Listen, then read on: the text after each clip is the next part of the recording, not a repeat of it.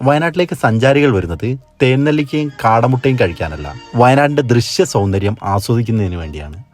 വയനാട് ദുരന്തത്തിന് ശേഷം നിശ്ചലമായ ടൂറിസം മേഖലയെ തിരിച്ചുപിടിക്കാൻ വകുപ്പ് മന്ത്രി അടക്കമുള്ളവർ പരിശ്രമിച്ചു കൊണ്ടിരിക്കുകയാണ്. ഈ ഘട്ടത്തിൽ വയനാട് ടൂറിസത്തെ ആശ്രയിച്ച് ജീവിക്കുന്നവരും വയനാട് ടൂറിസത്തെ ഇഷ്ടപ്പെടുന്നവരും ചില ചോദ്യങ്ങൾ ബന്ധപ്പെട്ട അധികാരികളോട് ഉന്നയിക്കേണ്ടിയിരിക്കുന്നു. ദുരന്തം നടന്ന് മാസങ്ങൾ പിന്നിട്ടിട്ടും ദുരന്തത്തിന്റെ പേരിൽ അടച്ചിട്ട ദുരന്ത സ്ഥലത്ത് നിന്ന് ഒരുപാട് അകലെയുള്ള മീൻമുട്ടി വെള്ളച്ചാട്ടം അടക്കമുള്ള ടൂറിസ്റ്റ് കേന്ദ്രങ്ങൾ തുറന്നു പ്രവർത്തിപ്പിക്കാതിരിക്കാൻ എന്ത് കാരണമാണ് ബന്ധപ്പെട്ട അധികാരികൾക്ക് പറയാനുള്ളത്? മുണ്ടക്കൈ ദുരന്തത്തിന് മുമ്പ് ഏകദേശം 6 മാസങ്ങൾക്കപ്പുറം മനുഷ്യ വന്യജീവി സംഘർഷത്തിന്റെ പേരിൽ ഹൈക്കോടതി വിധി പ്രകാരം അടച്ചിട്ട കുറുവാദ്വീപ്, തോൽപ്പെട്ടി, മുത്തങ്ങ വന്യജീവി സങ്കേതങ്ങൾ അടക്കമുള്ള ജില്ലയിലെ പ്രധാന ടൂറിസ്റ്റ് കേന്ദ്രങ്ങൾ തുറന്നു പ്രവർത്തിപ്പിക്കാൻ എന്ത് നടപടിയാണ് ഇക്കാലയളവിൽ അധികാരികൾ സ്വീകരിച്ചിട്ടുള്ളത്?